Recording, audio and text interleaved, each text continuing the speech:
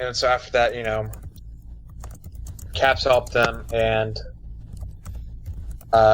they go fight MODOK in San Francisco. And it turns out the Turgid Crystal came from a Kree sentry, and they all try to defeat it, but none of them can until Miss Marvel can, because since, it's her game, she's the best, and she's the one that can take down a Kree sentry. And so after that, of course, they have, after that stuff, where the Kree sentry launches a pod into space, and then it shows that Monica is in charge of AIM now. And so that's the story. And it took me about 7 hours to beat it. Dang. And the story was, sorry, it was,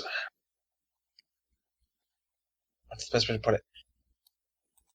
How the story was laid out, it went from you starting as Camilla, then you get to play as Bruce, then you play as Camilla again, then you play as Tony, then you play as Camilla, then you play as Black Widow, then you play as Camilla, then you play as Thor, then you play as Camilla, then you play as Captain America, and then you play as Camilla, and then after that, you play as each character once during the final battle, but you have to finish the battle as Miss Marvel. Mm-hmm. And I would have been okay if, since this is an Avengers game, I wanted it to be an Avenger to beat the game. Yeah. But this game makes you be Miss Marvel, who isn't an Avenger yet, but I'm sure after that, all that stuff, she becomes one. But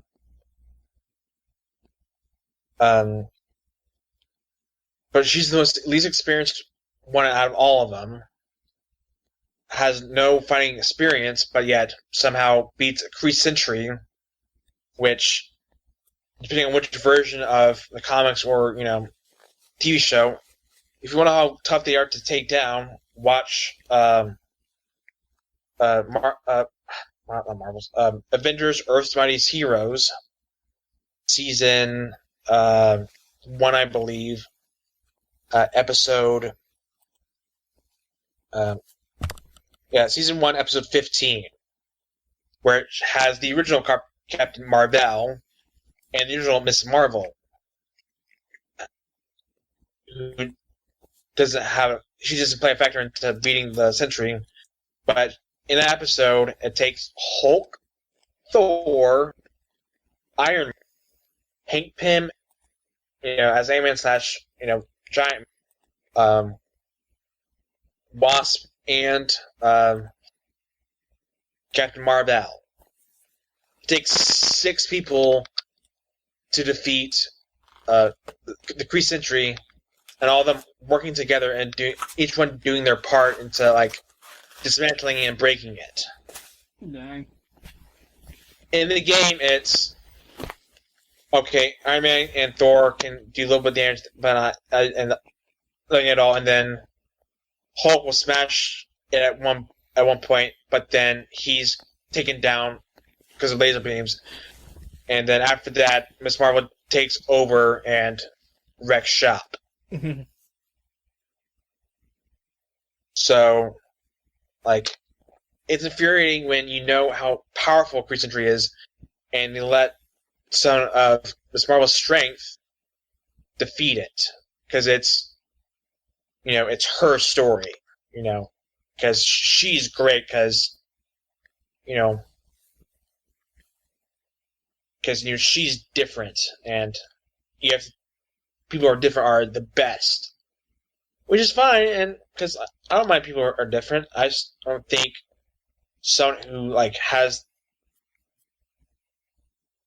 the abilities like Miss Marvel that if you stick with actual comic book powers and stuff, does not have the strength, or in this game at least, the battle experience Right. or knowledge of like fighting to beat something like a Kree Sentry, which was built to destroy a planet's entire population.